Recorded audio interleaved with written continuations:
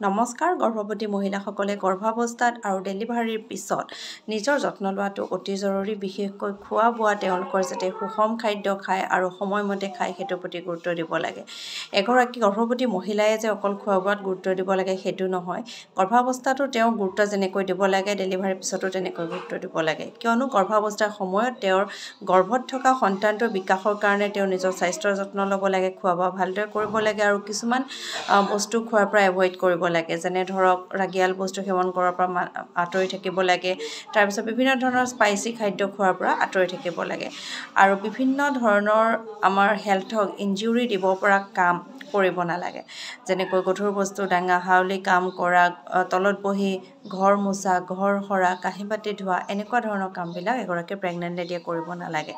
লগতে গৰ্ভাৱস্থাৰ পিছত অৰ্থাৎ ডেলিভাৰীৰ পিছতো এগৰাকী মাতৃয়ে এগৰাকী সুস্থ সন্তানৰ জন্ম দিয়াৰ পিছত সেই সন্তানটো সুস্থ ৰূপে তুলি তালি ডাঙৰ দীঘল কৰিবলৈ হ'লে নিজৰ স্বাস্থ্য অটুট ৰাখিলেহে সেইখিনি কৰিব পাৰিব সেইকাৰণে আপোনাৰ ডেলিভাৰীৰ পিছতো এগৰাকী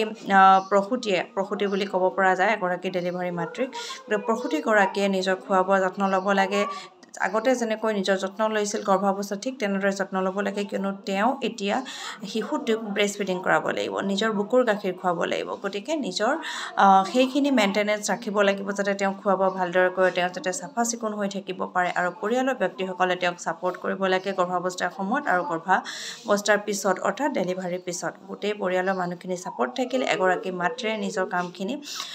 সুচাৰুৰূপে পালন কৰিব পাৰে আৰু তেওঁ মানসিক বল অটুট থাকে তেওঁ মানসিক মনোবল যিহেতু বৃদ্ধি হ'ব গোটেই মানুহখিনিয়ে ছাপোৰ্ট কৰাৰ লগে লগে গতিকে তেওঁ কামখিনি ভালকৈ চলাই নিব পাৰিব শিশুটিক ভালদৰে ডাঙৰ কৰিবলৈ মনোবল পাব লগতে সক্ষমতা পাব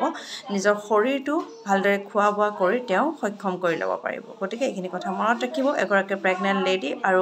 এগৰাকী মাতৃ দুয়োগৰাকী মহিলাৰ ক্ষেত্ৰতে খোৱা বোৱা ৰেষ্ট লোৱা চাফ চিকুণকৈ থকা আৰু কিছুমান নিজৰ হেল্থৰ প্ৰতি ইনজুৰিয়াছ কাম নকৰা এই কামখিনি যদি আপোনালোকে মানি চলে বা এইখিনি কাম যদি আপোনালোকে